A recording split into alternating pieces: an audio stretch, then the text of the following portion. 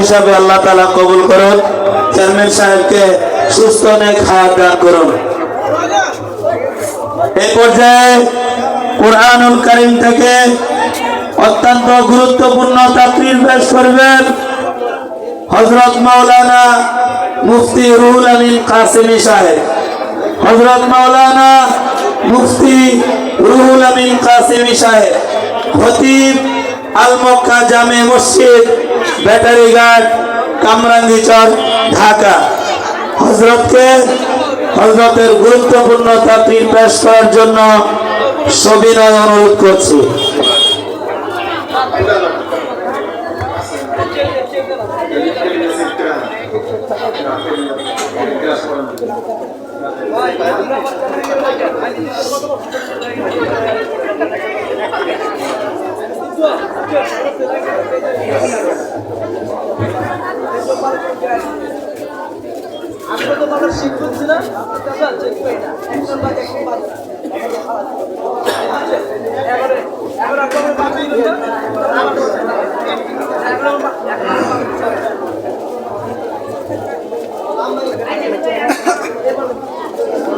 আসসালামু আলাইকুম ওয়া রাহমাতুল্লাহি ওয়া বারাকাতুহু। সালাম দেওয়া সুন্নাত, সালামের জবাব দেওয়া ওয়াজিব। কেউ যদি সালামের জবাব না দেন তাহলে গুনাহগার হবেন। আমি চাই না এই নেক মজলিসে আইসা আপনার গুনাহ কামাই লয়ে যাবেন, এটা আমি চাই না। এই জন্য ইনশাআল্লাহ গুনাহ থেকে যেন আমরা বাঁচতে পারি। আরেকবার আমি সালাম দিই, জবাব দিবেন। আসসালামু আলাইকুম ওয়া রাহমাতুল্লাহি ওয়া বারাকাতুহু।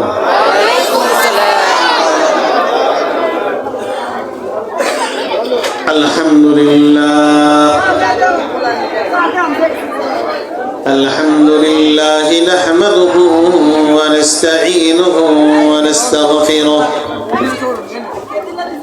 ونعوذ بالله من شرور أنفسنا من يهده الله فلا مضل له ومن يضلل فلا هادي له ونشهد أن لا إله إلا الله وحده لا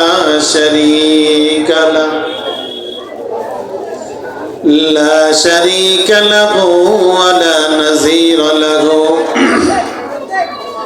ولا وزير له ولا معين له ولا مشير له. وصلى الله على النبي وعلى آله وأصحابه أجمعين. أعوذ بالله من الشيطان الرجيم.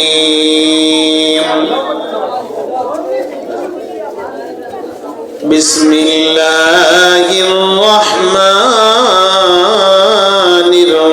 الرحيم.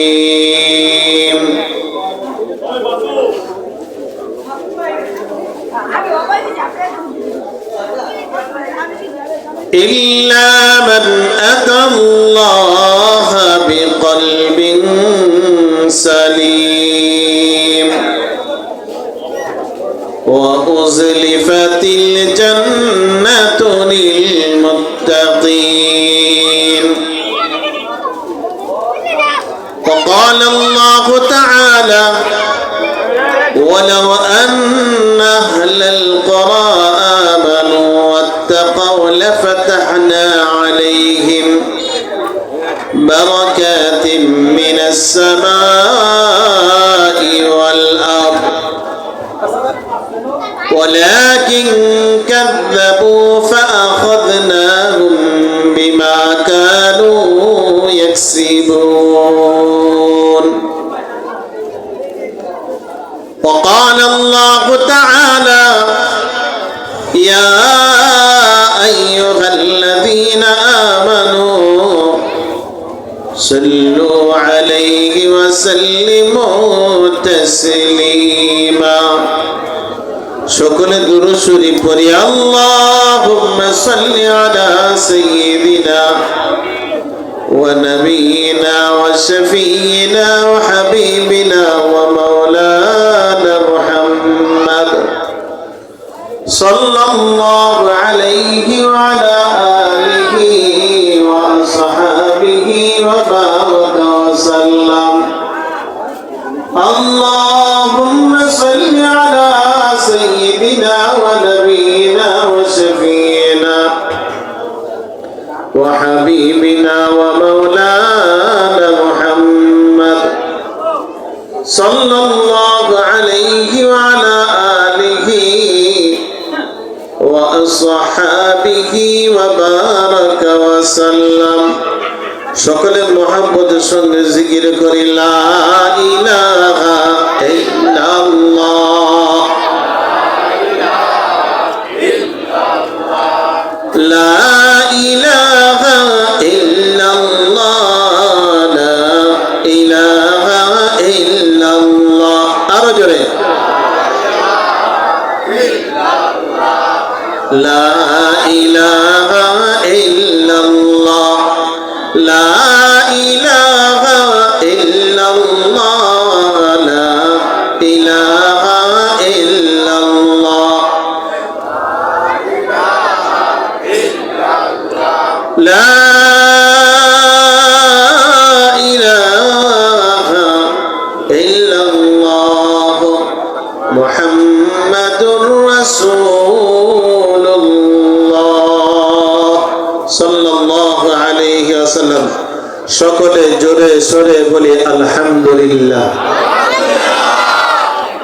শ্রদ্ধেয় সভাপতি উলামা কিরাম, মাশায়েখে ইসলাম, আমার দিন দরদি ভাইরা এবং পর্দার আড়ালের মা ও বোনেরা, এবং এই মাহফিলের পিছনে যারা শ্রম দিয়েছেন, মেহনত করেছেন, আর্থিক সহযোগিতা করেছেন, যারা সুবুদ্ধি দিয়েছেন, যারা দূর দূরান্ত থেকে এসে এই মাহফিলে অংশগ্রহণ করেছেন, আমি সকলের জন্য দোয়া করি আল্লাহ সকলকে জাযা খায়ের দান করুক, বলেন আমিন। আর যে মহান আল্লাহ রাব্বুল আলামিন আজকে এই মাহফিলে আসার বসার কিছু আলোচনা করার ও শোনার তৌফিক দান করছেন, এই জন্য শুকর আদায় স্বরূপ আরেকবার বলি আলহামদুলিল্লাহ। আরো জোরে বলি আলহামদুলিল্লাহ।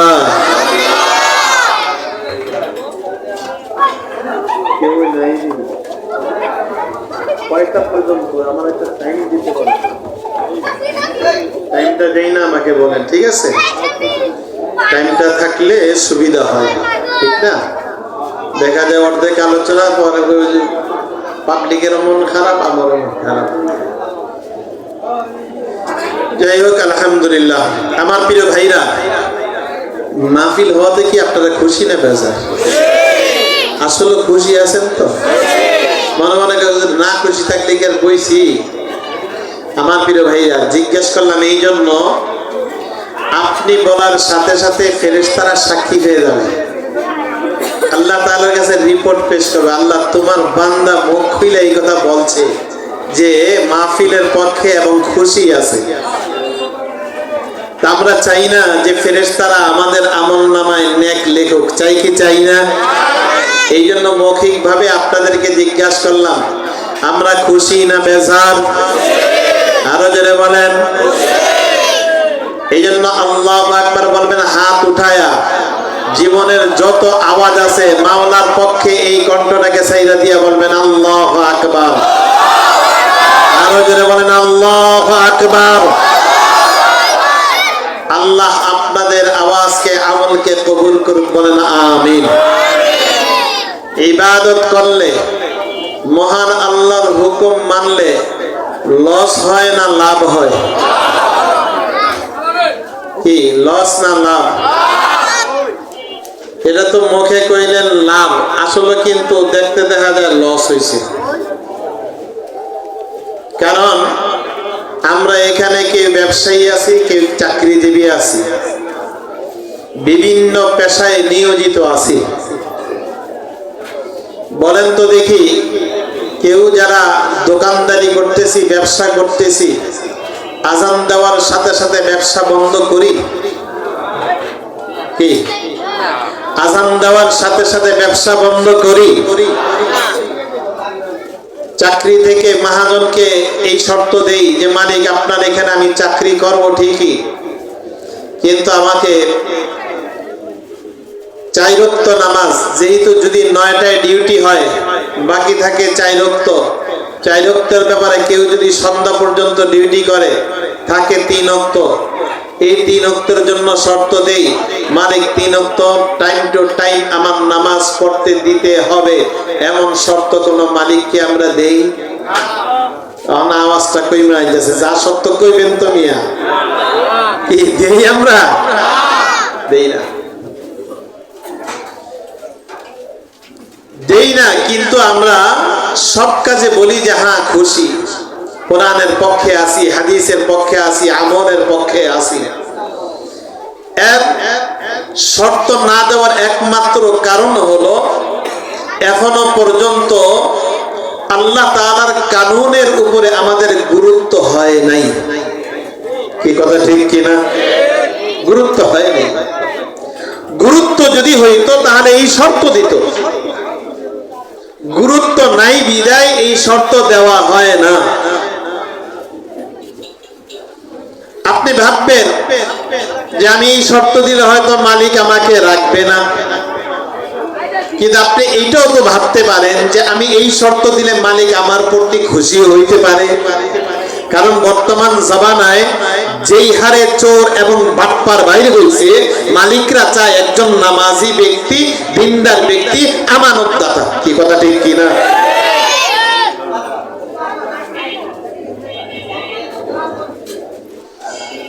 আমার প্রিয় ভাইরা, এই জন্য এই অন্তরে ভালোবাসা, মহব্বত, আল্লাহ তাআলা, আল্লাহ এবং তার রাসূলের ভালোবাসা, মহব্বত থাকতে হবে। কথা ঠিক কিনা?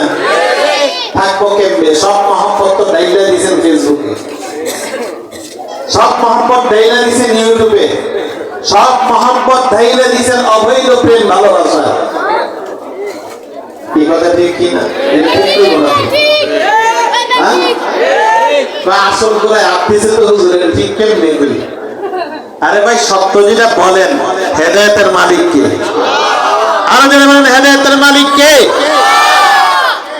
হেদায়েতের মালিক আল্লাহ। আল্লাহ হেদায়েত করতে পারে। আপনার একটা দোয়া, 1 মিনিটের দোয়া আল্লাহ কবুল করতে পারেন। আপনি কল্পনা করবেন না কি থেকে কি হয়ে যায়। আল্লাহ নবী সাল্লাল্লাহু আলাইহি ওয়াসাল্লাম হেদায়েতের দোয়া তো আবু জাহেলের লিগেও করছিল, করছেন না? হেদায়েত দিয়েছেন হযরত ওমর রাদিয়াল্লাহু তাআলা আনহুকে। আবু জাহেল, আবু লাহাব, উতবা, শাইবা হেদায়েত পায় নাই। আবার আল্লাহ যাকে কবুল করছেন তখন দেখা যায় অল্প সময়ের ভিতরে কবুল হয়ে গেছে। যেমন হযরত আবু হুরায়রা রাদিয়াল্লাহু তাআলা আনহু রাহমাতুল লিল আলামিনের মজলিসে আয়েশা কাঁদতেছেন। আল্লাহ নবী সাল্লাল্লাহু আলাইহি ওয়াসাল্লাম জিজ্ঞাসা করলেন, আবু হুরায়রা কাঁদো কেন? কই ইয়া রাসূলুল্লাহ, আমার মা আমারে মারছে। আবু হুরায়রা কিন্তু ওসব বাচ্চা, ছোট না, কিন্তু বড়ই। মা তোমাকে মারছে, তোমার মা তোমাকে মারছে, এই অভিযোগ আমার কাছে দাও।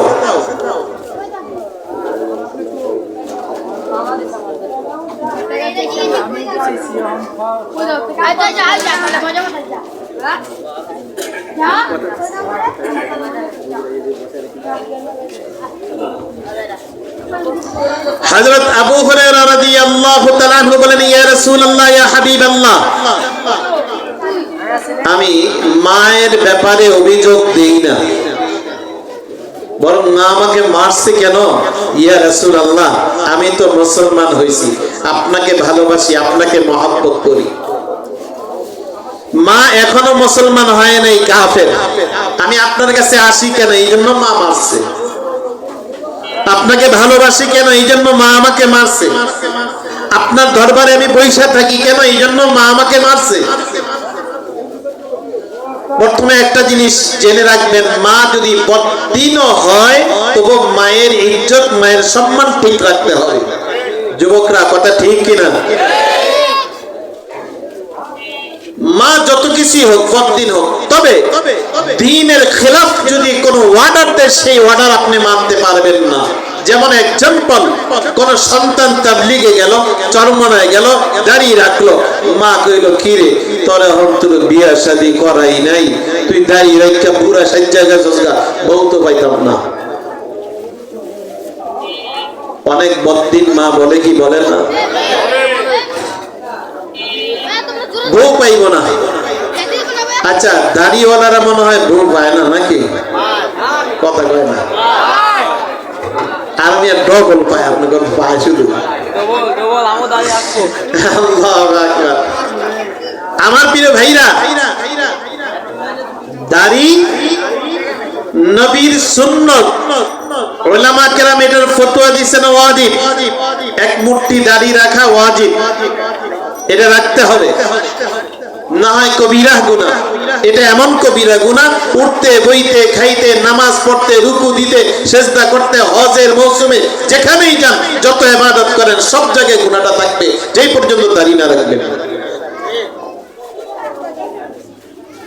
তখন মাকে বলে দিতে হবে পরিষ্কার, মা নবীর সুন্নতের খেলাফ আমি করতে পারবো না, এই কথা আপনার মানবো না। किसी का आस्थाना ऊंचा है ऐसा, सिर झुककर ऊंचा ही रहेगा।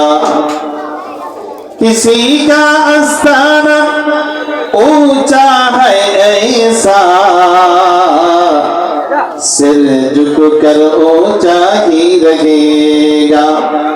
हंसे जाने से जब तक तुम डरोगे, जमाना तुम पर हंसता ही रहेगा।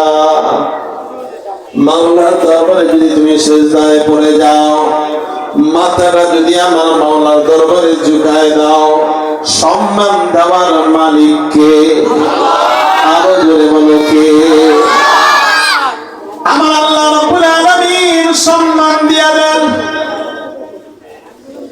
আল্লাহ এবং তার রাসূলের আনুগত্যশীল যদি তুমি হয়ে যাও, আমার মাওলা তোমার ইজ্জত বাড়ায় দিবেন।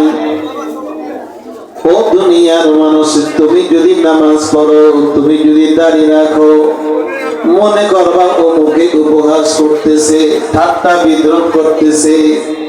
কিরে যুবক তুই এত তাড়াতাড়ি ঘোরা সাজলি, কিরে যুবক তাড়াতাড়ি তুই দাঁড়িয়ে রাখলি। কবি বলেন এমন কোন জামানা যায় নাই, এমন কোন যুগ যায় নাই যে যুগে একজন আরেকজনকে উপহাস করে নাই। কি কথা ঠিক কিনা? সব জামানায় উপহাস করছে, কিন্তু উপহাস করলে কি হবে? আল্লাহ ওই উপহাস, আল্লাহ রাব্বুল আলামিন উপহাসকারী ব্যক্তিদেরকে শেষ করে দিয়েছেন, আর যাকে উপহাস করছে তাকে ইজ্জত দান করেছেন। আল্লাহ নবী সাল্লাল্লাহু আলাইহি ওয়াসাল্লামের জামানায় নবী শিক্ষা দিলেন, সাহাবা কেরাম তোমরা যখন প্রস্রাব করো, খোলা জায়গায় প্রস্রাব করতে বসলে তখন হাঁটুটা ঢাইকা বসতে হবে, নবীর সুন্নাত। কিন্তু কাফেররা মুশরিকরা হাতে তালি দিছে আর হাসছে, যা দেহ দেহ মহিলার মতো পোশাক করে কেমন কাচু মাচু হইয়া বৈশা পোশাক করতেছে। ওই যুগের কাফেররা উপহাস দিছে, উপহাস করছে। আচ্ছা বলেন তো দেখি, ওই উপহাস এখনো পর্যন্ত কি আর আছে? সেই উপহাস তো দুলিশাত হয়ে গেছে, বরং তো ইসলামকে আল্লাহ বিজয় দান করেছেন। এই কথা ঠিক কিনা? এই জন্য আমার প্রিয় ভাইরা, যে আল্লাহ এবং তার রাসূলের খেলাফ কিছু ওয়াদা দিলে সেটা মানতে রাজি না। হযরত আবু হুরায়রা রাদিয়াল্লাহু তাআলা আনহু বলেন, ইয়া রাসূলুল্লাহ, ইয়া হাবিবাল্লাহ, আপনার দরবারে আমি আসি বিদায়, আমার মা আমাকে মারছে, মা মারছে, এই অভিযোগ আমার না, আমার হলো আবেদন আপনার নিকট। ইয়া রাসূলুল্লাহ, ইয়া হাবিবাল্লাহ, আপনি যদি একটু আমার মার জন্য দোয়া করতেন। বলেন সুবহানাল্লাহ। আমার মার জন্য আপনি দোয়া করেন, যাতে যারা আল্লাহ হেদায়েত দিয়ে দেয়। রাহমাতুল লিল আলামিন বলেন আবু হুরায়রা, ঠিক আছে আমি তোমার মার জন্য দোয়া করতেছি। আল্লাহর নবী হাত উঠানোর সঙ্গে সঙ্গে আবু হুরায়রা দৌড়াইতে আরম্ভ করলো। সাহাবা কেরাম পিছন দিয়ে টান দিয়া জামাটা টাইনা ধরলেন। আবু হুরায়রা এত সাদা সিধা মানুষ, হঠাৎ করে এইভাবে দৌড়াইতেছে কিল্লিয়া। ও আবু হুরায়রা, আবু হুরায়রা বলে তোমরা আমাকে ছাড়ো, আটকাও না, বাধা দিও না, আমি যাই আমার মার কাছে যা পৌঁছি। আমি যায়া দেখি আল্লাহর নবীর দোয়া সে আসিবে আগে পৌঁছে, আমি আমার মার কাছে আগে পৌঁছাইতাছি। হযরত আবু হুরায়রা রাদিয়াল্লাহু তাআলা আনহু দরজার সামনে যায় দাঁড়াইলেন। ডাক দিলেন, ইয়া উম্মি, মাগো ইফতাহিল বাব, দরজাটা খুলে ফেলো। ভিতর থেকে আওয়াজ আসলো, কে? আবু হুরায়রা। হযরত আবু হুরায়রা রাদিয়াল্লাহু তাআলা আনহু বলেন, ভিতর থেকে আওয়াজটা পায় আমার মনটা শান্ত হয়ে গেল। আওয়াজের ভিতরে কেন জানি ইসলামের ঘ্রাণ পাইতেছে। হযরত আবু হুরায়রা রাদিয়াল্লাহু তাআলা আনহু বলেন, মা দরজা খুলে দিলেন। তাকায় দেখলাম মায়ের চুল দিয়া টপ টপ করে পানি পড়তেছে।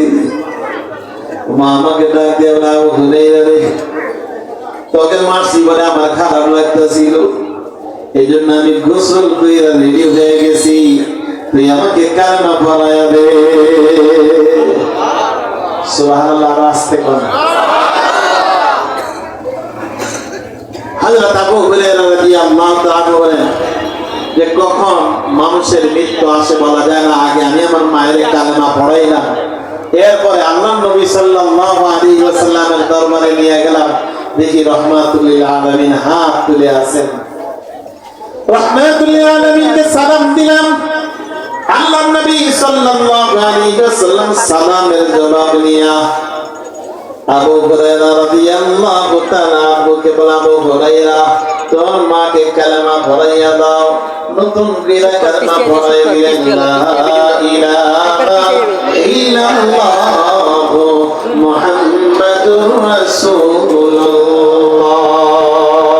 সাল্লাল্লাহু আলাইহি ওয়াসাল্লাম। তেরি দুআ है हो तेरी यार झोपड़ी, तेरी दुआ है हो तेरी यार झोपड़ी, मेरे दुआ है तेरी यार जो बदल जाए। কখন কারো দোয়ায় কি হয় বলা যায় না, এই জন্য বেশি বেশি দোয়া করা দরকার আছে কি নাই? কি আছে কি নাই? দোয়া করা দরকার আছে তো ইনশাআল্লাহ। সামনে দোয়ার রাত্র আসতেছে, বরকতের সময় আসতেছে, যেই বরকতে আল্লাহর নবী সাল্লাল্লাহু আলাইহি ওয়াসাল্লাম রজব শাবান আসলে দোয়া করতেন, আল্লাহুম্মা বারিক লানা ফি রজব ওয়া শাবান ওয়া বাল্লিগনা রমাজান। সামনে শবে বরাত আসতেছে, রাত্র হলো দোয়ার রাত্র, দোয়া করবেন, পাবেন না ইনশাআল্লাহ? নাকি খালি রুটি আর হালুয়া বানাইবেন নাকি? সুন্নাত কয় প্রকারের? এটা রুটি আর হালুয়া বানানো সুন্নাত। হাও কেন নাও কেন, হুজুর কোন নজিয়ে কোন লাগাও, কোন পেছে পড়ো। শবে বরাতের উপলক্ষে হালুয়া রুটি বানানো সম্পূর্ণ গুনার কাজ। সব সময় খান এটা ভিন্ন জিনিস। ওই রাত্রে আপনি খান, ধারাবাহিক যদি প্রতিদিন খায়া থাকেন আপনি খান আবৃত্তি নেই। কারণ কইবেন যে হুজুর ডায়াবেটিসের রোগী, আমার খাওয়ান বা বন্ধ করে দিলেন। আপনি খান সারা বছর আপত্তি নেই, কিন্তু আপনি সারা বছর খান না, এই রাত্রে হালুয়া রুটির কথা মনে হয়েছে। এক সময় এটার প্রচলন আরো বেশি ছিল, এখন আবার আধুনিক যুগ আইছে না, এই জন্য দেখা যায় হুজুর রুটি তো ঘরে বানানো দরকার পড়ে না, দোকান থেকে ওই যে কুমির টুমির বানায়, তারপরে আরো কি বানায়, যে সমস্ত প্রাণী খাওয়া হারাম, ওইটার নকশা নমুনা খাওয়াও হারাম। এই কথা ঠিক কিনা? এটা উদাহরণ দিই আপনাদেরকে, যেমন মনে করেন এই যে গ্লাসটায়, এই গ্লাসে কি আছে? কথা বলে এই লোক চিনে না কি আছে। এখন এই যে আপনার পানি, এই পানি ফ্রেশ পানিটা আমি খাইলাম, স্বাভাবিক খাইলাম, কিন্তু কে এই গ্লাস দিয়া পানি খাইতেছে কিন্তু ভঙ্গিমা করতেছে মদ খাওয়ার মতো। যারা মদ খায় একটু ভঙ্গিমা করে খায় না, মাতালের মতো, ওটা আমার দেখান দরকার নেই, আপনারা বলা পারেন। এই ভঙ্গিমা করে খাওয়া হাদিস শরীফের ভিতরে নিষেধ আছে। যদিও হালাল পানি খাইতেছো, ভঙ্গিমা করার কারণে, অভিনয় করার কারণে আল্লাহ তাআলা তোমার আমলনামায় হারাম লিখবে, গুনাহ লিখবে। ফেরেশতারা গুনাহ লিখবে ভঙ্গিমা করার কারণে। এই জন্য যে সমস্ত প্রাণীর ছবি দিয়া আইকা কেক বানান, রুটি বানান, যেটাই বানান, ওইটাও খা, আপনার জন্য হালাল হবে না। খাদ্যটা হালাল হলো এই নকশা নমুনা অভিনয় করার কারণে আপনার জন্য হারাম হয়েছে কাজটা করা। এই জন্য এই রাত্রে আপনারা ইবাদত বন্দেগী করবেন, শুধু হালুয়া রুটির ইবাদত না, বেদাতি করবো না, বরং ইবাদত করবো। সারা রাত্র যদি পারেন সারা রাত্র, এমন না যে আবার হুজুর সারা রাত্র যাতে ঘুম না আসে, জাগ্রত থাকতেই। এই জন্য একটু গোয়া গোয়া ক্যারাম বোর্ড খেলি না, গোয়া গোয়া একটু লুডু খেলি, এই কাজ করতে চাইেন না। বরঞ্চ ঘুম আসতে সাথে ঘুমাই যান, যাতে ফজর নামাজটা জামাতের সাথে পড়তে পারেন। আল্লাহ আমল করার তৌফিক দান করুন, আমিন। এই জন্য বলতেছিলাম, হেদায়েতের মালিক কে? আরো জনে বলেন কে? বলেন আমার আল্লাহ। আরো জনে বলেন। আল্লাহর নাম না নিতে নিতে ভালো লাগে না। আমার প্রিয় ভাইরা, ওমর বিন আব্দুল আজিজ সে প্রথম জীবনে খুব শৌখিন ছিল এবং দুনিয়াদার ছিল। আল্লাহ রাব্বুল আলামিন তাকে খেলাফতের মজলিসে প্রধানমন্ত্রী আল্লাহ তাআলা তাকে বানাইছেন। আগের জামানার একটা নীতি ছিল, যদি পয়সাওয়ালা ব্যক্তি প্রধানমন্ত্রী হইতো, পয়সাওয়ালা ব্যক্তি যদি চেয়ারম্যান হইতো, পয়সাওয়ালা ব্যক্তি যদি এমপি মন্ত্রী হইতো, হওয়ার সাথে সাথে সে আরো গরিব হয়ে যেত। আমাদের দেশে গরিব যদি কমিশনার হয়, গরিব হয় না, আর পয়সাওয়ালা হয়। একটা বাড়ির জায়গায় 5টা বাড়ি করে। কি কথা ঠিক কিনা? বেতন কিন্তু পায় আপনার চেয়ে কম। আপনি অফিসিয়াল যদি পান 30,000, সে পায় 20,000। আগের জামানায় এমপি মন্ত্রী হইলে যদি পয়সাওয়ালা হইতো, গরিব হয়ে যেত। ওমর বিন আব্দুল আজিজ উনি পয়সাওয়ালা ছিলেন। উনি স্বাভাবিক একটা চাদর, যে এই চাদর ঝুলায় রাখতেন, ওই জামানার 3 লক্ষ দিরহাম। উনি যে রাস্তাটা যাইতেন, কিছুক্ষণ পর মানুষ আসলে বুঝতো যে এখান দিয়া ওমর বিন আব্দুল আজিজ গেছে, পুরো রাস্তাটা গ্রাম হয়ে থাকতো। সবসময় মেশকাম্বাল লাগাইতো। কোথাও সফরে যদি যাইতো, তার পোশাকগুলো যে বহন করতো, প্রায় 60টা উট তার পোশাক বহন করতো। কি শৌখিন, কি শান শৌকতের ছিল। যখন খেলাফতের মস্তদে বসছে, সে আমিরুল মুমিনিন হয়েছে, প্রধানমন্ত্রী হয়ে গেছে, সাথে সাথে ঠান্ডা হয়ে গেছে। স্ত্রীকে ডাক দিয়ে বলে, স্ত্রী, আমার সামনে 2টা পথ আছে, একটা দুনিয়া আর একটা আখিরাত।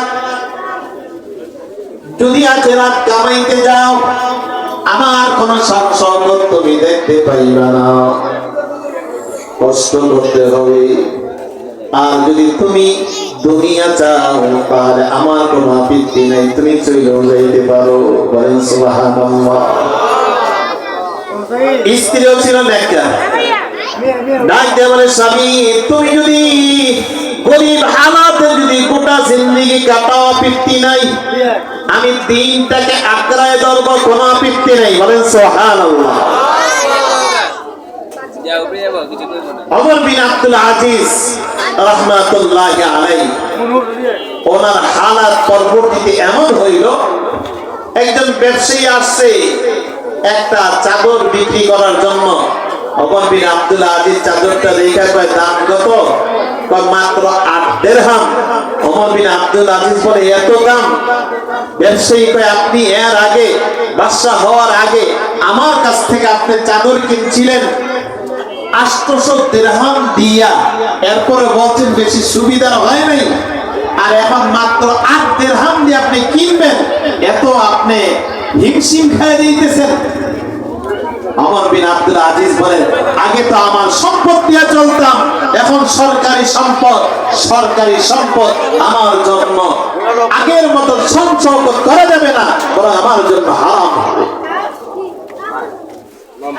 তার অবস্থাটা এমন হয়ে গেছিল যে উনি জুম্মার নামাজ পড়াতে যাবে, দেখে যে দেরি হয়ে গেছে, অনেক বিলম্ব হয়ে গেছে। মুসল্লিরা এদিক ওদিক তাকানো শুরু করছে, আনাগোনা শুরু করছে।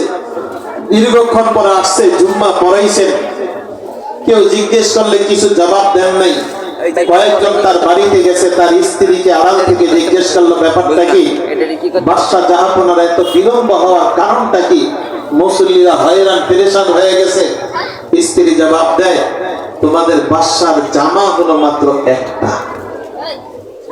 একটা মাত্র জামা, কিন্তু সে শৌখিন মানুষ তো, একটু গন্ধ হলে ঘাম হলে সে পয়রা থাকতে পারে না, এটা ধুইতে যায় তার খালি গায়ে থাকতে হয়েছে, এটা শুকানোর আগ পর্যন্ত মসজিদে যাইতে পারে নাই, শুকাইছে তারপরে মসজিদে গেছে। বলেন সুবহানাল্লাহ। এই হলো হালাত ছিল। ওমর বিন আব্দুল আজিজ রাহমাতুল্লাহি আলাইহি উনি একদিন ঘরের ভিতরে ঢুকলেন। 11টা ওনার সন্তান, ছেলে মেয়ে ছোট বড় মিলা 11টা সন্তান। ঘরের ভিতরে ঢুকার সঙ্গে সঙ্গে দেখে তার ছেলে মেয়েরা সবাই মাস্কের মতো কাপড় দিয়ে মুখ ঢাইকা বইসা রইছে। স্ত্রীকে জিজ্ঞাসা করলো ব্যাপারটা কি, সব সন্তানদের এই অবস্থা? স্ত্রী ডাক দিয়ে বলে স্বামী আজকে সকালবেলা রুটি খাবার মতো, রুটি কি দিয়া খাবে, ঘরে কিছু নাই, শুধু একমাত্র কাঁচা পেঁয়াজ ছিল, কাঁচা পেঁয়াজ গুলো দিয়া শুধু রুটি খাইছে। আর কাঁচা পেঁয়াজ দ্বারা খাইলে মুখে দুর্গন্ধ হয়, এই দুর্গন্ধ আপনি সহ্য করতে পারবেন না, এই জন্য সবাই মুখে কাপড় দিয়া রাখছে। সুবহানাল্লাহ। আমার প্রিয় ভাইরা, আমার বীর আব্দুল আজিজ বাদশার ঘরের এই অবস্থা। ওমর বিন আব্দুল আজিজ রাহমাতুল্লাহি আলাইহি উনি স্ত্রীকে ডাক দেবে, স্ত্রী রে আমার বড় মেয়েটা 2 দিন হয়ে গেছে আমার কাছে আসে না, ব্যাপারটা কি? স্ত্রী ডাক দেবে স্বামী আপনার মেয়ে আপনার সামনে কেমনে আসবে, কারণ ওর একটা মাত্র উন্নাই, উন্নাটা গেছে সিরা, এই সিরা উন্না বেরা আপনার কাছে আসতে শরম পায়, এই জন্য আপনার সামনে আসে না। ও আমার প্রিয় দিন মজুর ভাইরা, গরিব ভাইরা, তোমার আমার নাই মনে কষ্ট লাগে, ব্যথা লাগে। শাম সৌগতের মানুষ যখন খেলাফতের মসনদে বসছে এই হালাত। আমার প্রিয় ভাইরা, শুধু তাই না, আল্লাহর নবী সাল্লাল্লাহু আলাইহি ওয়াসাল্লামের মেয়ে হযরত ফাতেমা রাদিয়াল্লাহু তাআলা আনহা বর্ণনা কইরা বলেন যে আমার 1 দিন 2 দিন 3 দিন পার হয়ে যায়, ঘরের ভিতরে চুলা জ্বলে না, খাবার নাই। 4th দিন হযরত আলী রাদিয়াল্লাহু তাআলা আনহু কিছু আটা নিয়ে আসলেন। আটা নিয়ে আসলে পরে আমি এই আটা দিয়ে মাত্র 4টা রুটি বানাই, একটা রুটি হযরত আলী খায়, আরেকটা রুটি ইমাম হাসানকে, আরেকটা রুটি ইমাম হুসাইনকে দেই। সব সময় মনে রাখবা, বাবা মা যত কষ্ট করো, ছোট্ট বাচ্চা যদি কষ্ট করে বাপ মা সহ্য করতে পারে না। কি কথা ঠিক কিনা? বরঞ্চ ছোট বাচ্চারা যদি আবদার করে, দিনমজুর ব্যক্তি, চাকরিজীবী ব্যক্তি মহাজনকে ডাইকে বলে, মহাজন সাহেব আমাদের অগ্রিম বেতনটা দিবেন। কেন? আমার ছোট মেয়েটা আশা করছে এটা খাবে সেটা খাবে, টাকা তো নাই, আমি আপনার কাজ কইরা কাটাই দিব। বাচ্চাদের জন্য মহাব্বত আল্লাহর তরফ থেকে দিয়ে দিয়েছে মা বাপকে। হযরত ফাতেমা রাদিয়াল্লাহু তাআলা আনহা বলেন, তিনজনকে তিনটা রুটি দিলাম, আরেকটা রুটি রইছে আমার মুখে আমি দিব, 3 দিন পরে মুখে দেই। একটু কামড় দেওয়ার সঙ্গে সঙ্গে মনে পড়ে গেল রাহমাতুল লিল আলামিনের কথা। হযরত ফাতেমা রাদিয়াল্লাহু তাআলা আনহা বাকি রুটির টুকরাটা ওন্নার ভিতরে পেঁচাইয়া মসজিদে নববীর দরজার সামনে আইসা হাজির হয়ে গেলেন। সুবহানাল্লাহ। আল্লাহর নবী সাল্লাল্লাহু আলাইহি ওয়াসাল্লাম ডাক দিয়ে বলেন, মা ব্যাপারটা কি মা, তুমি অসময় এখানে আইসা হাজির হয়ে গেছো? হযরত ফাতেমা রাদিয়াল্লাহু তাআলা আনহা বলেন, ইয়া রাসূলুল্লাহ, ইয়া হাবিবাল্লাহ, আব্বা জান আমার ঘরের ভিতরে 3 দিন যাবত কোনো খাবার নাই, হাসানকেও কিছু দিতে পারি না, হুসাইনকেও কিছু দিতে পারি না, সামান্য কিছু আটা আপনার আলী নিয়ে আসছিল, আমি 4টা রুটি বানাইছিলাম, একটা আলী খাইছে, আরেকটা হাসান, আরেকটা হুসাইন, 3 জনে 3টা খাইছে, আমি একটা মুখে দিলাম, হঠাৎ করে আপনার কথা মনে পড়ে গেল, আমার প্রিয় ভাইরা যাদেরকে আল্লাহ মেয়ে দান করছেন, তুমি কল্পনা করতে পারবা না, তারা যদি স্বামীর ঘরেও যায়, তুমি যদি 1000 পয়সাওয়ালা হও, মেয়ে কিন্তু বাবার পছন্দের খাবার বলতে পারে না। সব সময় বাবার জন্য মনটা ছুঁইতে থাকে।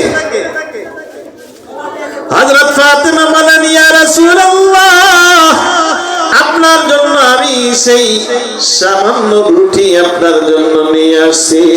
আল্লাহর নবী সাল্লাল্লাহু আলাইহি ওয়াসাল্লাম বলেন, মা দে দে আমাকে রুটিটা দে, তোর আব্বাও 3 দিন যাবত না খেয়ে আছে। আল্লাহু আকবার।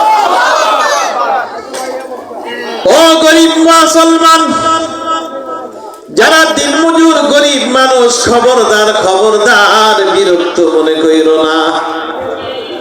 অনেক সময় মনের ভিতরে জাগে, আল্লাহ গো, নামাজ পড়ি, রোজা করি, সত্য কথা বলি, হক পথে চলি, সুদও খাই না, ঘুষও খাই না, মালিকের তারপরও কষ্টের শেষ নাই। ওই জালেম কাফেরদেরকে সম্পদের অভাব নাই, গাড়ি বাড়ির অভাব নাই, জায়গা জমির অভাব নাই, দুঃখ আসে কি আসে না?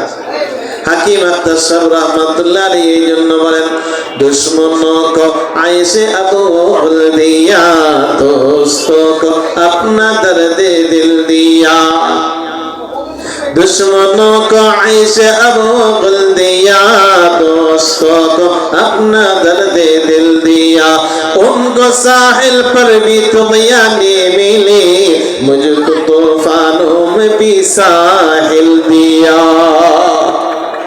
হাকিম আত্তার রাহমাতুল্লাহি আলাইহি ডাকতে বলেন, ও দুনিয়ার মানুষেরা শুনে রাখো, কাফেররা সম্পদের অভাব নাই, বাড়ি গাড়ি টাকা পয়সার অভাব নাই, কিন্তু তুমি মুসলমান, তুমি দুঃখ কইরো না, বরং আল্লাহ রাব্বুল আলামিন তোমাকে যে ঈমানের নিয়ামত দান করছে, আল্লাহর মহব্বতের ঢেউ কলবের ভিতরে দান করছে, এই সম্পদ কিন্তু কাফেরদের অন্তরের ভিতরে নাই। এই কথা ঠিক কি না? এর চেয়ে বড় সম্পদ আর কিছু হইতে পারে? আল্লাহ আমাদেরকে ঈমানদার বানাইছেন, আমরা মুসলমান। যদিও দেখতে কাঙ্গাল মনে হয়, যদিও অসহায় মনে হয়, কিন্তু এই মুসলমানের আল্লাহু আকবারের ধ্বনিতে কাফের মুশরিকরা পর্যন্ত কাঁপতে থাকে। কথা ঠিক কিনা? আমার প্রিয় ভাইরা, এই জন্য আমি মাঝে মাঝে বলি যে বাংলার জমিনের মুসলমানেরা আজকে ভারত আমাদের বিরুদ্ধে লাগছে এবং ভারত ইচ্ছা করে আমাদের সাথে যুদ্ধ করার জন্য প্রস্তুত হয়ে আছে।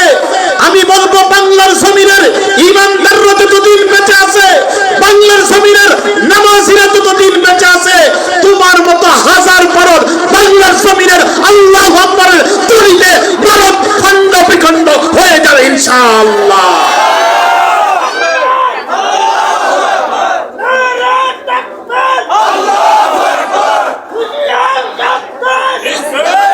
আমার প্রিয় ভাইরা, মুসলমানের সাথে পারবে না তো, আপনি ভয় পান কেন? খালিদ বিন ওয়ালিদ রাদিয়াল্লাহু তাআলা আনহু যখন জিজ্ঞেস করছে, আপনি যে লক্ষ লক্ষ কাফেরদের মাঝখানে ঢুকে যান গা, খালিদ বিন ওয়ালিদ রাদিয়াল্লাহু তাআলা আনহু যদি লক্ষ সৈন্যরা আসতো কাফেরেরা, উনি আল্লাহু আকবারের ধ্বনি দিয়া কাফেরদের মাঝখানে ঢুকে গেছে। এমনকি উনি তরবারি ঘুরাইতেছেন চক্ষু বন্ধ কইরা।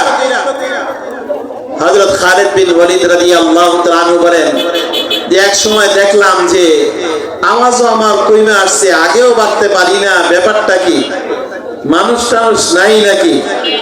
এরপরে তাকায়, চক্ষু মিল্লা তাকায়, দেখি যে কাফেরদের কল্লা স্তূপ হইতে হইতে আমার গোড়া যাইব কি জায়গা নাই।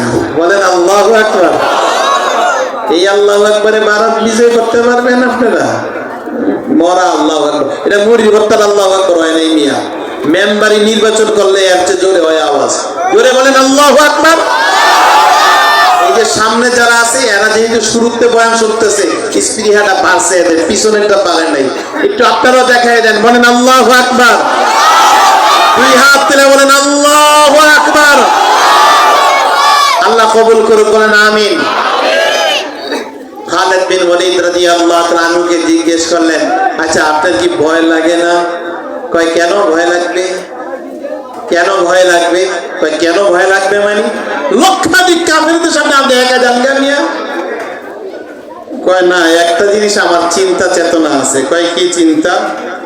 আচ্ছা আপনারা বলেন তো দেখি, কবরস্থানে যায় কে ডরায় যে লাশে আমারে মারবো? এই চিন্তা থাকে? কবরস্থানে যায় হয়তো জিন ভূতের ভয়, সেটা ভিন্ন ব্যাপার। আপনি মনে করেন আজিমপুর কত কোটি মানুষ শুয়ে রয়েছে, এই লাশের সাথে যুদ্ধ করতে আপনি চাইবেন যে লাশে আপনার আক্রমণ করবে, এই চিন্তা আসে? কারণ এরা মরা। খালিদ বিন ওয়ালিদ রাদিয়াল্লাহু তাআলা আনহু বলেন যে আল্লাহর নবী সাল্লাল্লাহু আলাইহি ওয়াসাল্লাম বলছেন, যার কলবে জিকির নাই সে হলো মুর্দা। যার কলবে কি নাই? জিকির নাই, আল্লাহর নাম নাই। কাফেরদের কলবে কি আল্লাহর নাম আছে নাকি? মুসলমানদের কলবে আল্লাহর নাম আছে কি নাই? কি আছে কি নাই? খালিদ বিন ওয়ালিদ রাদিয়াল্লাহু তাআলা আনহু বলেন যে আল্লাহর নবী সাল্লাল্লাহু আলাইহি ওয়াসাল্লাম বলেন, যার কলবে আল্লাহর জিকির আছে সে হলো জিন্দা, যার কলবে জিকির নাই সে হলো মুর্দা। সুতরাং লক্ষ কাফের হলে কি হবে? এদের কলবে জিকির নাই, তার মানে মুর্দা, লাশ। আমি তো লাশের সাথে যুদ্ধ করি, লক্ষাধিক হইলে কি হবে? আমি একজন ঈমানওয়ালা খালিদ বিন ওয়ালিদ, লক্ষ কাফেরদেরকে আমি পরোয়া করি না। ঠিক আমরাও বলবো, ভারতের ভিতরে লক্ষ কোটি হিন্দু থাকতে পারে, তোমাদেরকে আমরা পরোয়া করি না, যেহেতু তোমরা মুর্দা, লাশের সমতুল্য। কথা ঠিক কিনা? আমার প্রিয় ভাইরা, এই কলমে নাম থাকতে হবে কার? আরো যদি বলো, এই আল্লাহর নাম ঢুকাইবার জন্যই আজকের এই মাদ্রাসা। আমার মাদ্রাসা থেকে দূরে সরে আসি দেখে আল্লাহ থেকে অনেক দূরে সরে আসি। মাদ্রাসার সাথে জড়ায় থাকবো, মহব্বত থাকবে, ভালোবাসা থাকবে, মনের ভিতরে স্পৃহা থাকবে, আল্লাহর মহব্বত এবং ভালোবাসা তৈরি হবে। এই জন্য আপনাদেরকে আমি বলবো, এই মাদ্রাসার সাথে মহব্বত এবং ভালোবাসা রাখা দরকার আছে কি নাই? এবং কে কে রাখবেন? আল্লাহ রাখবেন, আল্লাহ কবুল করুন, বলেন আমিন। আমার প্রিয় ভাইরা, শেষ সময়, আমার সময় শেষ হয়ে অবাক হয়ে যাচ্ছে। আমি 5 মিনিটের ভিতরে আপনাদেরকে বলবো ভাইরা, যেহেতু মাদ্রাসাগুলো, এই কওমি মাদ্রাসাগুলো সরকারের অবদান নাই, সরকারের সাহায্য সহযোগিতা নাই, বরঞ্চ দিনমজুর, ভ্যান গাড়িওয়ালা, ঠেলা গাড়িওয়ালা, রিক্সাওয়ালা, ড্রাইভার, শ্রমিক, কুলিগিরি করে এই সমস্ত মানুষের দান খয়রাত, এর ভিতরে কিছু কিছু আল্লাহর বান্দারাও আছে, ধনাঢ্য ব্যক্তি, যাদের সহযোগিতায় এই মাদ্রাসাগুলো চলে। এই জন্য আপনাদেরকে আমি বলবো, অল্প সময়ের ভিতরে আমাদের প্রধান অতিথি প্রায় এসে গেছেন, তো আমি এর মাঝেই আপনাদেরকে বলবো এই মাদ্রাসার জন্য কিছু সহযোগিতার হাত ইনশাআল্লাহ বাড়াই দিবেন। এখন আওয়াজ আসতেই পারবেন? এই আগুরানা আওয়াজ আসতেই পারবেন ইনশাআল্লাহ? আরে ভাই, পারেন না পারেন, ইনশাআল্লাহ জোরটা দেন না। আপনি কমো যে না দিলে একটা দিয়ে দিব না, বলেন ইনশাআল্লাহ। আমার প্রিয় ভাইরা, এই জন্য এই মঞ্চ থেকে আমি আপনাদের কাছে বেশি চাইব না, অল্প অল্প থেকে আপনি চাইব এই মাদ্রাসার জন্য কোন আল্লাহর বান্দা যদি থাকেন, আপনারা এই মাদ্রাসার জন্য অন্ততপক্ষে কেউ যদি থাকেন, জানি না আল্লাহ কাকে কে সম্পদ দান করছেন, এটা মালিকই জানেন। আল্লাহ কাকে দান করছেন আল্লাহ তাআলাই ভালো জানেন। যারা দিবেন আমি দোয়া করব, এবং প্রধান অতিথি উনিও দোয়া করবেন যাতে করে আল্লাহ তাআলা এই মাসে বরকত দিয়ে দেন। এই জন্য আমি মজলিসে ঘোষণা দিলাম, 5,000 টাকা দেনেওয়ালা কোন আল্লাহর বান্দা কি আসি, যে আমি আজকে এই মাহফিলের ভিতরে সব সময় সব সুযোগ আসে না, আমি কোরআনের মহব্বতে ভালোবেসে আমি 5,000 টাকা দান করলাম, এমন কোন আল্লাহর বান্দা আসি যে 5,000 টাকা ইনশাআল্লাহ দিব কোরআনের মহব্বতে, তার দেখা দেখি যত লোকগুলো দিবে সব এই সওয়াবের অধিকারী সে হবে। কোন আল্লাহর বান্দা আসি মজলিসের ভিতরে? আমি আর 3 বার বলবো, কোন আল্লাহর বান্দা আসি এখানে যে 5,000 টাকা দেনেওয়ালা? যদি থেকে থাকি ইনশাআল্লাহ আপনার নাম লেখান, সকলে আপনার জন্য দোয়া করবে, এবং উলামা কিরাম আপনার জন্য ইনশাআল্লাহ দোয়া করবে। কোন আল্লাহর বান্দা কি আছেন? যদি না থাকেন আমি ভাইদেরকে বলবো অন্ততপক্ষে আপনি 3,000 টাকা বলেন। 2,000 টাকা দেনেওয়ালা যদি কেউ থাকি, 2,000 টাকা, 3,000 টাকা দেনেওয়ালা কেউ থাকলে নাম লেখান, সাথে নিয়ে আসেন, নাই নাম লেখে আপনি কালকে পরশু আপনি দিয়ে দিবেন, সময় রেখা আপনার যখন সুযোগ হয় দিয়ে দিবেন। কে আছে ইনশাআল্লাহ? 2,000 টাকা দেনেওয়ালা কোন আল্লাহর বান্দা আছি? আপনি স্টার্টিং করবেন ইনশাআল্লাহ, সওয়াবের রাস্তা আপনি খুলে দেন, আমরা দোয়া করব আল্লাহ তাআলা জান্নাতের দরজা আপনার জন্য খুলে দেন। আমার প্রিয় ভাইরা, এই মজলিসে আমরা এই যে শুরু থেকে শেষ পর্যন্ত এখানে আমরা যারা আছি, অনেকে আমরা বছরে মা বাবার নামেও তো খরচ করি, লক্ষ টাকা খরচ করে ফেলি। আপনি না হয় সেটা হিসাব করবেন যে আল্লাহ, মা বাবা থাকতে তো আমি পয়সাওয়ালা ছিলাম না, এখন মা বাবা নাই, কিছু তুমি আমাকে পয়সা দান করছো, 1,000 মায়ের নামে, 1,000 বাবার নামে আমি দিলাম, তালিবুল ইলমের পিছনে আমি খরচ করলাম। এমন কোন আল্লাহর বান্দা আছি? এই মজলিসে কোন আল্লাহর বান্দা আছি যে আমি 2,000 টাকা দিলাম? অন্ততপক্ষে একজন হয়তো শরীর হওয়া দরকার। কি আছে আল্লাহর বান্দা? আমার প্রিয় ভাইরা, এই মাদ্রাসার সাথে আপনি মহব্বত এবং ভালোবাসা রাখবেন। আর্থিক সহযোগী দেওয়া হোক, আপনার শ্রম দেওয়া হোক, কারণ প্রত্যেকটা এলাকায় গলিতে গলিতে মাদ্রাসা, হ্যাঁ আল্লাহর কাছে শুকরিয়া, যত মাদ্রাসা বেশি হবে আল্লাহর রহমত তত বেশি পড়বে। যার কারণে দেখা যায় আমরা শৈশব কাল থেকে দেখে আসছি আশেপাশে কত ভূমিকম্প, কত ঝড় তুফানে, কত আঘাত এনে বাড়ি ঘর কত তছনছ হয়েছে, কিন্তু আল্লাহর খাস রহমত, আল্লাহর ওলি হাফিজ হুজুর রহমাতুল্লাহ আলাইহির বরকত এবং উলামা কেরামের সংখ্যা আলহামদুলিল্লাহ কামরাঙ্গীর যথেষ্ট পরিমাণ আছে। হয়তো আল্লাহ তাআলা এই উসিলায় হেফাজত করছে। এই জন্য আমি ভাইদেরকে বলবো, কোনো ভাই যদি থাকে ইনশাআল্লাহ 1000 টাকা দেনেওয়ালা কেউই নাই এত বড় মজলিসের ভিতরে। ভাইয়ের নাম কি? আব্দুর রহমান ভাই, আপনি একটু দাঁড়ান। আব্দুর রহমান ভাই একটু দাঁড়ান, সবাই আপনাকে একটু দোয়া দেখ। এই আব্দুর রহমান ভাইয়ের দিকে সবাই তাকায়া সবাই বলেন মারহাবা, আরো জোরে বলেন মারহাবা। হ্যাঁ, আরেক ভাই হলো আমজাদ ভাই। কোথায় আমজাদ ভাই? আমজাদ ভাই 1000 টাকা না? 1000 টাকা আমজাদ ভাই দিবেন। ফজলু ভাই কোথায়? কোথায় ফজলু ভাই? হ্যাঁ, ফজলু ভাইয়ের দিকে সবাই তাকায় দেখেন, ওই যে সবাই বলেন মারহাবা। আল্লাহ তাআলা ফজলু ভাইকে নেক হায়াতে তৈয়বা দান করুক, জানে মালে বরকত দান করুক এবং আল্লাহ রাব্বুল আলামিন আপনার কাছে রাখেন। আল্লাহ তাআলা বিপদ আপদ থেকে হেফাজত করুক, বলেন আমিন। আর কে আছি? আল্লাহর আল্লাহর বান্দা আছে ইনশাআল্লাহ 1000 টাকা, বেশি বলি না, 1000 টাকা। আমার প্রিয় ভাইরা 1000 টাকা ইনশাআল্লাহ হিম্মত করেন। হাজী জয়নাল আব্দিন উনিও 1000 টাকা দিবেন। সবাই ওনার দিকে তাকায় বলেন মারহাবা। আল্লাহ তাআলা হাজী সাহেবকে নেক হায়াতে তৈয়বা দান করুক, জানে মালে বরকত দান করুক, অসুখ বিসুখ থেকে হেফাজত করুক, বলেন আমিন। দানের দ্বারা, সদকার দ্বারা বালা মুসিবত দূর হয়ে যায়।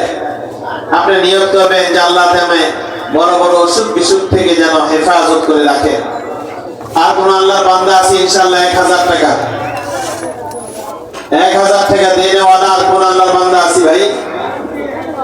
ইনশাআল্লাহ হিম্মত করেন। হানিফ ভাই মজলিসে আছেন? এই হানিফ ভাইকে ওনার দিকে তাকায় সবাই বলেন মারহাবা। এটা আওয়াজ করে বলেন মারহাবা। আল্লাহ তাআলা ওনাকে নেক হায়াতে তৈয়বা দান করুক, জানে মানে বরকত দান করুক, বলেন আমিন। আর কে আছি ভাই? ইনশাআল্লাহ বেশি বলি না, 1000 টাকা বলছি, 1000 টাকা। আমার প্রিয় ভাইরা আর কেউ আছে ইনশাআল্লাহ? কেউ যদি পারে যে 500 টাকা তাও লেখাইতে পারেন, যে 500 টাকা আপনি দিবেন, হয়তো সাথে নাই, নাম লেখাইতে পারেন, যোগাযোগ কালকে করে দিবেন। কে আছেন ইনশাআল্লাহ 500 টাকা? হ্যাঁ, 500 টাকা নাই ইনশাআল্লাহ? হ্যাঁ, আমার এই যে ভাই পাশে বসে আছেন উনি ইনশাআল্লাহ 500 টাকা দিবেন। সবাই বলেন মারহাবা। আল্লাহ তাআলা ওনাকে কবুল মঞ্জুর করুক, নেক হায়াতে তৈয়বা দান করুক। সরকার বাড়ি মসজিদের মুয়াজ্জিন সাহেব। হ্যাঁ, ওই যে ভাই হাত তুলছে, ভাইয়ের নামটা দিয়ে বলেন। হ্যাঁ, আলম ভাই 500 টাকা। হ্যাঁ, আলম ভাই 500 টাকা। সবাই বলেন মারহাবা। আল্লাহ তাআলা আলম ভাইকে কবুল মঞ্জুর করুক, নেক হায়াতে তৈয়বা দান করুক, বলেন আমিন। ওমর ফারুক ভাই 500 টাকা না? ওমর ফারুক ভাই 500 টাকা দিয়েছেন, বলেন আলহামদুলিল্লাহ। আচ্ছা, আলহামদুলিল্লাহ বললে কিন্তু আপনাদের টাকা লাগবে না, সওয়াব হবে, বলেন তো আলহামদুলিল্লাহ।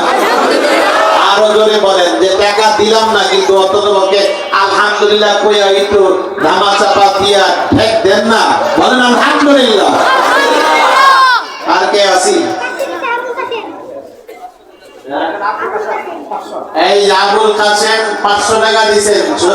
হ্যাঁ, নগদ 500 টাকা দিয়েছেন, জোরে বলেন আলহামদুলিল্লাহ। আল্লাহ যারা জোরে আলহামদুলিল্লাহ কইব, টাকা না দিলেও টাকার সব তুমি তাদের আমল নামায় লিখে দিও। হ্যাঁ,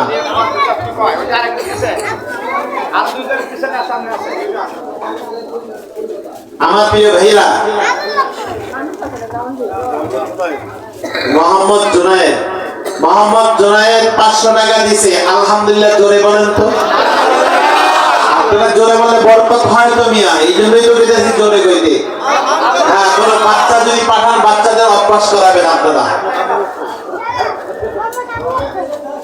মোহাম্মদ আবু বকর 500 টাকা দিয়েছেন, বলেন আলহামদুলিল্লাহ।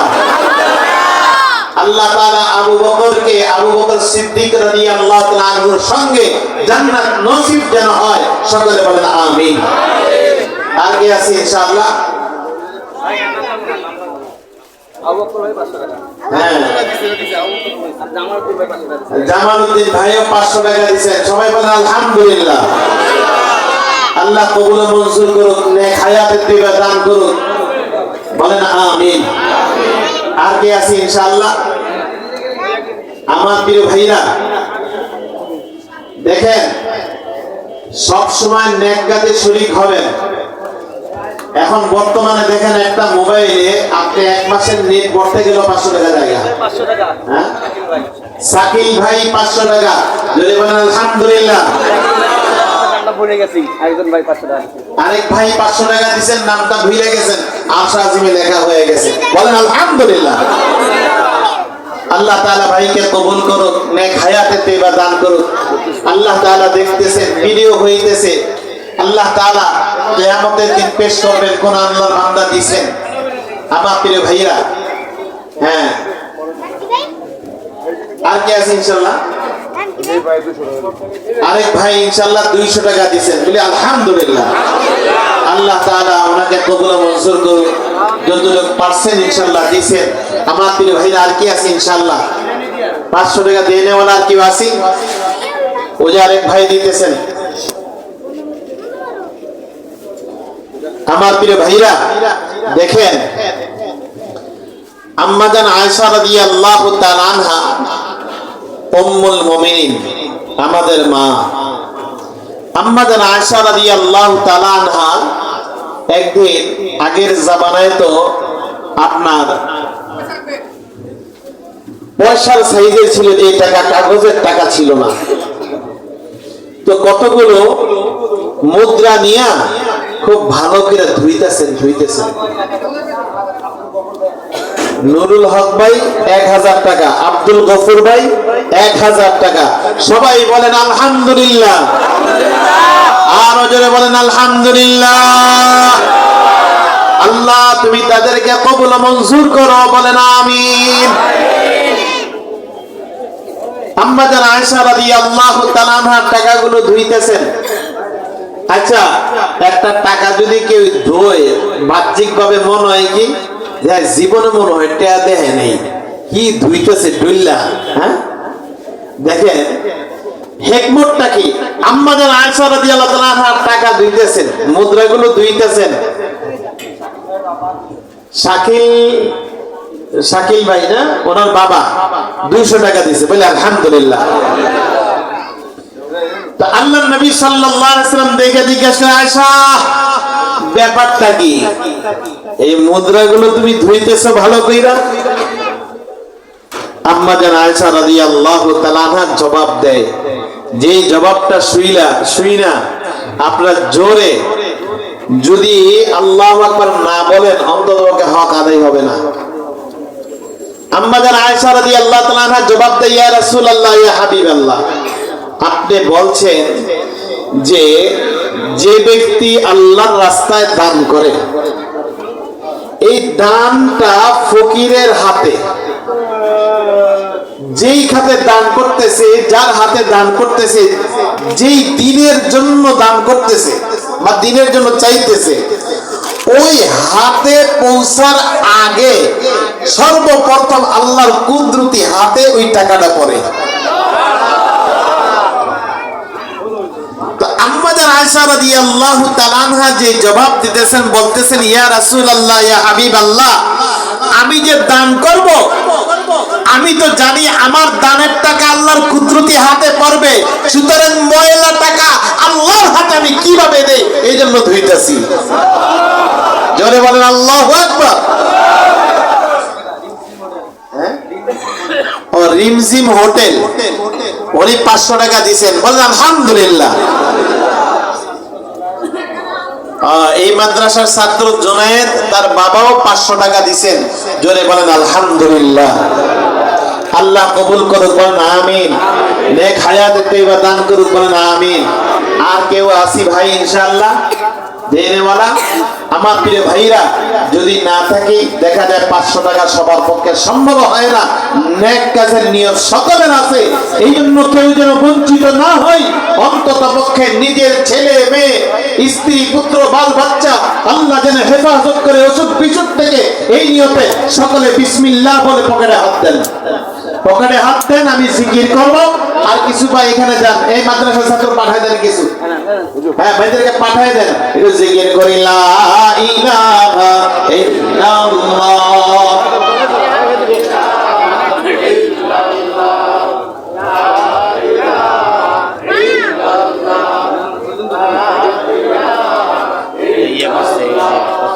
লা ইলাহা ইল্লাল্লাহ।